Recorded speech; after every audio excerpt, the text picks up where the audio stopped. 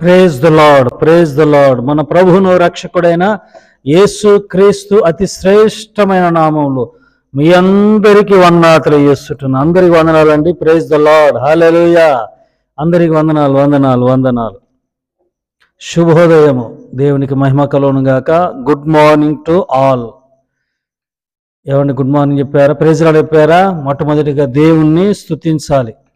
మొట్టమొదటిగా every tongue shall say praise God, praise God, praise God, hallelujah. Every tongue will be filled with praise of Jesus Christ. Hallelujah చెప్పండి, hallelujah. ప్రియమైన దేవులారా, ప్రతి నాలుక, ప్రతి నోరు యేసయ్య స్తుతులతో నింపబడునుగాక, నిండుగా నింపబడునుగాక. ఆమేన్. ఏమండి బాగున్నారు కదా? నూతన వారంలో మనం ఇప్పుడు ఉన్నామండి. మరి ఈరోజు తారీఖు ఎంత? తేదీ 20. ఎంత? 20 కదా? 20నా? 20 కదా? మరి 20 అనేసరికి కొన్ని ప్రాంతాల్లో మరి ఆన్లైన్ ప్రేయర్లు ఉంటాయి కదా, కొన్ని మర్చిపోలేము కదా. ఆన్లైన్ ప్రేయర్స్ ఉంటాయి. గోరంట్లో, గుంటూరులో ఆన్లైన్ ప్రేయర్ ఈరోజు కదా, సోమవారం 20కి. మరి ఇంకో కొన్ని చోట్ల కూడా మరి ప్రార్థనలు జరుగుతున్నాయి, ఉపవాస ప్రార్థనలు జరుగుతున్నాయి. దేవునికి మహిమ కలుగును గాక. హల్లెలూయా. ఎప్పుడు ప్రార్థన జరుగుతూనే ఉండాలి మందిరంలో. ఎందుకంటే ప్రవాహము ఏంటండి? ప్రవాహము ఎలా ఉంటుంది? ప్రవాహము నది ప్రవాహము అలా పారుతూనే ఉంటుంది కదండి, అలా పారుతూనే ఉంటుంది. ఎప్పుడు నది వలె ప్రవహిస్తూ ఉండాలి. ప్రార్థనలు అనే ఆ ప్రవాహంతో ఎప్పుడు మందిరం ఎప్పుడు తడుస్తూ ఉండాలి. స్తోత్రం కలుగునుగాక. హల్లెలూయా. సరేనా? మరి ఈ సోమవారికంతా దేవుడిచ్చిన వాక్యాన్ని మనం చదువుకుందాము. అయితే యేసయ్య కృపా పరిచయలను మరి కంటిన్యూగా చూస్తున్నట్టు ప్రియులందరికీ, అలాగే సబ్స్క్రైబర్స్ కూడా మరి పెరుగుతూ ఉన్నారండి. ఇంకా పెరగాలి. ఇంకా ప్రార్థన చేయండి. మీకు తెలిసిన వారికి, వింటున్నారా? మీకు తెలిసిన వారికి లింకులు పెట్టండి, షేర్ చేయండి, లింకులు షేర్ చేయండి. తద్వారా వాళ్ళు కూడా మరి చూసి ఆశ్రయింపబడి వారికి తెలిసిన స్నేహితులకు, ఇంటి పేరటలకే కానీ ఆ లింకులు కూడా పెట్టమని ప్రోత్సహించండి. వారు కూడా డైలీ బ్రెడ్లు చూస్తూ, లైవ్లో కూడా చూస్తూ వారు కూడా దీవెనపడతారు. అలాగే మీ ప్రార్థన మనలు కూడా మాకు తెలియజేయండి. ఈ వీడియో మరి రన్నింగ్లో ఉన్నప్పుడే జరుగుతుండగానే మీకు స్క్రీన్ మీద ఫోన్ నంబర్లు కనబడతాయి. ఒకవేళ దేవుడు మిమ్మల్ని ప్రేరేపించి మీరు ప్రేరేపింపబడితే, నడిపింపు మీకు ఉంటే ఈ పరిచయం కూడా సహకరించగలరు. ఆ విషయం కూడా స్క్రీన్ మీద మీకు కనబడుద్ది. సరేనా? మరి ఈ దినానికంత ప్రభు ఇచ్చిన వాక్యాన్ని మనం చదువుకుందాము. యోహాను సువార్త, యోహాను సువార్త మొదటి అధ్యాయము. యోహాను సువార్త మొదటి అధ్యాయము 43 నుండి 45 వరకు నేను చదువుతానండి. మరునాడు ఆయన, అనగా యేసు అన్నమాట, యేసయ్య గలిలయకు వెళ్ళగోరి ఫిలిప్పును కనుగొని నన్ను వెంబడించుమని అతనితో చెప్పాను. ఫిలిప్పు బెత్సయిదా వాడు, అనగా ఆంద్రయ, పేతురు అనువారి పట్టణపు కాపురస్తుడు. ఫిలిప్పు నతానేలును కనుగొని, ధర్మశాస్త్రంలో మోషేయు ప్రవక్తలను ఎవరిని గూర్చి వ్రాసిరో ఆయనను కనుగొంటుమి, ఆయన యోసేపు కుమారుడైన నజరేయుడగు యేసు అని అతనితో చెప్పాను. స్తోత్రం చెప్పండి, హల్లెలూయా. ఫిలిప్పుని కనుగొన్నాడు యేసుబాబు. ఏమనంటున్నారా? యేసుబాబు ఫిలిప్పుని కనుగొని ఫిలిప్పుతో అంటున్నాడు, నన్ను వెంబడించు. ఈ ఫిలిప్పు ఎవరంటే మరి విద్యావంతుడు, జ్ఞాని, విద్యావంతుడు, చదివిన వ్యక్తి, బాగా చదివిన వ్యక్తి, చదువులున్న వ్యక్తి, ధర్మశాస్త్రమును పఠించినవాడు, అవపోసన చేసినవాడు, ధర్మశాస్త్రం బాగా ఎరిగినవాడు, ధర్మశాస్త్రం తెలిసినవాడు, చదువుకున్న వ్యక్తి అండి, చదువులున్న వ్యక్తి. అంచేతే అపోస్తుల కార్యములో నపుంసకుడు ఎడ్యుకేటెడ్, ఒక మంచి ఒక ఆర్థిక మంత్రి, ఆయనకు వాక్యం బోధించాడు. ఏంటంటే ఆయనకు వాక్యం బోధించాడు. ఆయనతో నపుంసకునితో అంటున్న మాటలు, నువ్వు చదువుతున్నది నీకు అర్థమవుతుందా అని అంటాడు. అక్కడ వివరించి తన్ని మరి ప్రభులోకి నడిపించిన వ్యక్తి. స్తోత్రం చెప్పండి, హల్లెలూయా. 9 కుమార్తెలు ఉన్నారు. ఆ 9 కుమార్తెలు కన్యకలు, ప్రవచించువారంట. ఎవరండి వాళ్ళు? ప్రవచించువారు, కన్యకలు. 9 కుమార్తెలు ఉన్నారు వీళ్ళకు. గొప్ప వ్యక్తి. ఈ వ్యక్తిని కనుగొని అంటూ నన్ను వెంబడించు అన్నసరికి అతనికి ప్రత్యక్షత అనేది తేట తెల్లైంది. అతనికి ప్రత్యక్షత కలిగింది ఆయన మాటల్లో, యేసయ్య మాటలో. అంచేతే కొన్ని సందర్భాల్లో దేవుని వాక్యాలు వింటున్నప్పుడే మనకు ప్రత్యక్షత పూర్తిగా అర్థమవుద్ది. ఆ ప్రత్యక్షత తేట తెల్లవుద్ది కదండి, వాక్యం వింటున్నప్పుడే. ప్రభుని దేవులారా, మరి ఇక ఫిలిప్పు యేసయ్య మాట విన్నాడు. జస్ట్ ఏమన్నాడు? నన్ను వెంబడించు. వెంటనే ఆయన ప్రత్యక్షత, క్లారిటీ వచ్చేసింది. ఈయన ఎవరో కాదు, మోషే ప్రవక్తలు ఎవరి గురించి వారు రాశారో. వీళ్ళందరూ ఎక్కడ ఉన్నారు? ప్రవక్తలు. మోషే ప్రవక్తలు ఎక్కడ ఉన్నారండి? పాత నిబంధనలు, అంటే సుమారుగా కొన్ని వేల సంవత్సరాల క్రితము రాయబడిన ఆ పుస్తకాలు చదివిన వ్యక్తి వేల సంవత్సరాల క్రితమే. మరి ధర్మశాస్త్రములో కదా, మోషే ధర్మశాస్త్రములో రాయబడ్డాయి యేసయ్యను గూర్చి. స్తోత్రం చెప్పండి, హల్లెలూయా. చూడండి, ఒక విషయము, దేవుడు ఓ వ్యక్తికి కూడా ఘనతనిస్తాడు. మరి ప్రాముఖ్యంగా సేవకులకు ఘనతనిస్తాడు దేవుడు. మోషే గ్రంథము చెప్పండి ఏంటండి? మోషే ధర్మశాస్త్రము, మోషే రాసిన ధర్మశాస్త్రము. కొత్త నిబంధనలు వచ్చేసరికి అక్కడ మోషే ధర్మశాస్త్రం, మా పితరుడైన మోషే ధర్మశాస్త్రం అంటా ఉంటారు. మోషే రాసిన ధర్మశాస్త్రం అంటే మోషే ఇచ్చాడా? అంటే మోషే తన సొంత మాటలతో రాశాడా? సొంత మాటలు రాశాడా?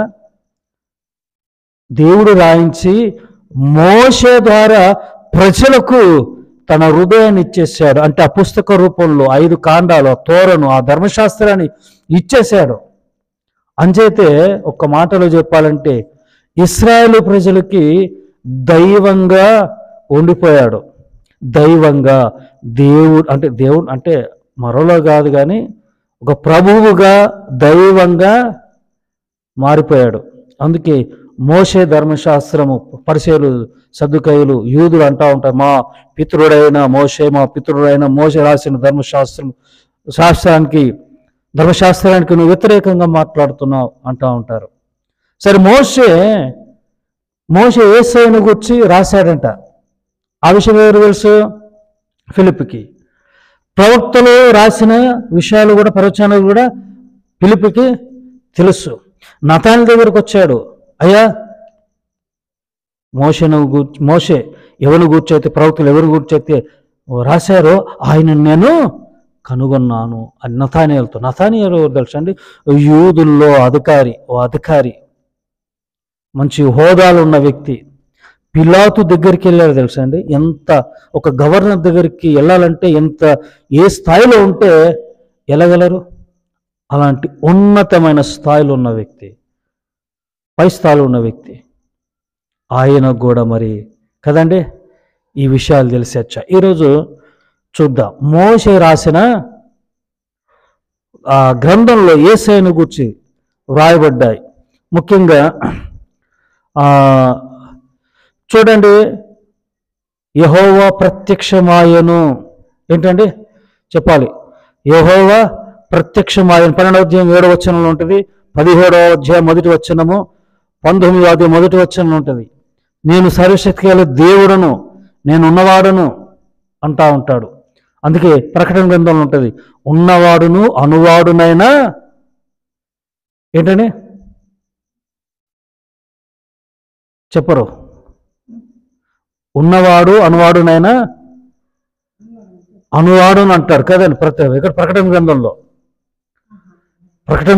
కూడా కదా ఉన్నవాడు అనువాడునని చెప్పు సంగతులు ఏమనగా అని ఉంటుంది. ఎవరు ఉన్నవాడు అనువాడంటే మోషేతో ఉన్నవాడు అనువాడు అంటాడు కదండి. అబ్రహాముతో నేను సర్వశక్తి గల దేవుడిని అంటాడు, నేను యెహోవా అని అంటాడు. ఈయనే యెహోవా అన్న, ఇంకా ఉన్నవాడు అనువాడనన్నా సర్వశక్తి గల దేవుడన్నా ఒక్కరే. స్తోత్రం చెప్పండి. హల్లెలూయా. చెప్పాను కదండి. జెనసిస్ ఆదికాండ 12:7-17 మొదటి వచనము, 19 మొదటి వచనము. ఇందులో అలాగే నంబర్స్ సంఖ్యాకాండం 24:15 నుండి 19 వరకు చదివితే మీ మధ్యలో నా వంటి ప్రవక్త పుట్టును అని అక్కడ రాయబడి ఉంటుంది. నా వంటి ప్రవక్తను అంటే యేసయ్యను గూర్చి మోషే రాశాడు. అలాగే యెషయా గ్రంథము 63:9 కూడా అక్కడ ఉంటుందండి. నేను గబగబా 63:9లో నేను చదివిస్తాను. ప్రేమ చేత తాల్మి చేతను వారిని విమోచించెను. 9వ వచనము. వారి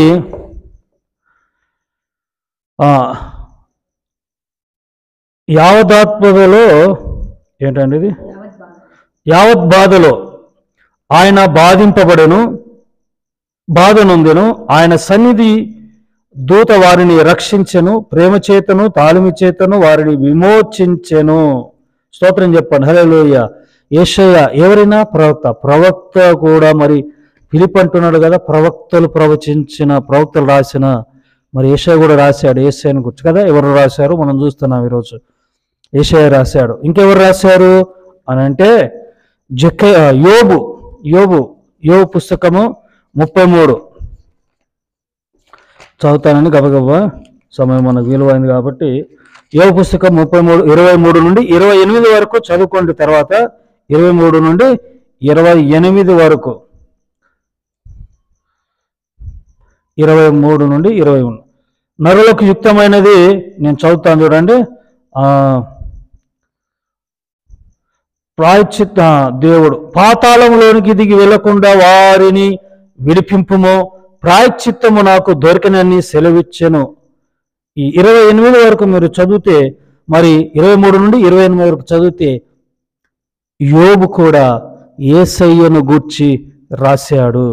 అలాగే జకరియా 9:10 మేము ఉంచేస్తానండి. 9:10 అక్కడ అన్యజనుల్లో నేను వారిని విత్తగా దూర దేశములో వారు నన్ను జ్ఞాపకము చేసుకొందురు. వారును వారి బిడ్డలను సజీవులు తిరిగి వత్తురు. ఐగుప్తు దేశం నుండి వారిని మరలా రప్పించి, క్షమించాలి 9, 10, 11 అవకాశం 9, 10. సీయోను నివాసులారా బహుగా సంతోషించుడి, యెరూషలేము నివాసులారా ఉల్లాసముగా ఉండుడి. నీ రాజు నీతిపరుడును రక్షణ గలవాడునై దీనుడై గాడిద ఎక్కి నీ ఎదుకు వచ్చుచున్నాడు. యేసయ్యను కూర్చంటే మరి ఈ రాతలు మనం చూస్తూ ఉన్నాం ఇక్కడ. అలాగే చివరిగా దానియేలు 7:13 కూడా ఉంటుంది. అక్కడ మనుష్య మొహమును పోలిన వాడిని ఒక నేను చూచి తిని అని అంటాడు. నా దర్శనంలో మనుష్య పోలికను కలిగిన ఒక మనుషుణ్ణి నేను చూచి తిని అని దానియేలు రాస్తున్నాడండి. దానియేలు గ్రంథంలో దానియేలు 7:10 ఎంతండి 13 దానియేలు 7:13లో. ప్రేమదేవులారా, ఎవరు ఈ ప్రవచనాల గురించి ఎవరి గురించి అయితే మోషే ఎవరి గురించి అయితే ప్రవక్తలు రాశారు, ఎవరు ఈయన అని అంటే అక్కడ అంటాడు ఆయన ఎవరో కాదయ్యా, నజరేతులో ఉన్న యోసేపు మరియులకు కుమారుడు నజరేయుడైన యేసు అని అంటారు. స్తోత్రం చెప్పండి. హల్లెలూయా. నజరేయుడైన యేసు ఎవరండి? ఈయన నజరేయుడైన యేసు. మరి యేసుని గురించి నిన్న మొన్న ఏదో ఆయన గురించి ఏదో అలా నిన్న మొన్నటి వ్యక్తి కాదండి, 2 వారాల వ్యక్తి కాదండి, 2 వారాల క్రితం వ్యక్తి కాదండి, 100,000 సంవత్సరాల క్రితమే ఆయన ఉన్నాడు. స్తోత్రం చెప్పండి, హల్లెలూయా. ఆయన రాబోతున్నాడని రాశారు. కాబట్టి ఈ ఉదయకాల సమయంలో ప్రియమైన మన యేసు క్రీస్తు ప్రవచనాల దేవుడు. యేసు క్రీస్తు ఏదో అమాంతంగా అలా దిగి వచ్చిన దేవుడు కాదు, ఆయన ముందుగానే తెలిపాడు. స్తోత్రం చెప్పండి, హల్లెలూయా. ముందుగానే తెలుపబడిన దేవుడు. కాబట్టి ఉదయకాల సమయంలో మన దేవుడు ఆయన వాక్యము ప్రవచనాల దేవుడై ఉన్నాడు. వాక్యమైన దేవుడు ఆయన. దేవునికి మహిమ కలుగునుగాక. దేవుడు మిమ్మల్ని దీవించి ఆశీర్వదించునుగాక. చిన్న ప్రార్థన అండి. పరిశుద్ధుడా, మహోన్నతుడా, మహాగణుడా, మీ పాదాల వందనాలనైనా. మరి ఫిలిప్పు నిన్ను వెంబడించాడు. ఎప్పుడైతే ఆ మాటలు విన్నాడో ప్రత్యక్షత యొక్క తేట తెల్లగా అతనికి ప్రభా అర్థమైంది. ప్రభానికి స్తోత్రములు. అలాగే వెంటనే అతని ఎదురికి ఎదుగో మోషేయు ప్రవక్తలు ఎవరి గురించి అయితే ప్రవచించారు, ఆయనను మేము కనుగొన్నాం. అవును ప్రభా, మేము మిమ్మల్ని కనుగొనాలి. మీరు ఏమై ఉన్నారో ప్రభా, ఇదిగో తండ్రి, మీరు ఎలాంటి వారో ప్రభా మేము తెలుసుకున్న వారమై ఈ లోకంలో సాక్షులుగా ఉండటంలో సహాయం చేయమని ఈ వాక్యం ఉన్న ప్రతి బిడ్డను, ప్రతి కుటుంబాన్ని నిండారుగా దీవించమని యేసు నామమున ప్రార్థించి వేడుకుంటున్నాను పరమ తండ్రి. Amen, amen. దేవుని కృప మీ అందరికీ తోడై ఉండునుగాక. God bless you. May God bless our India. Praise the lord. అందరి వందనాలండి. Praise the lord.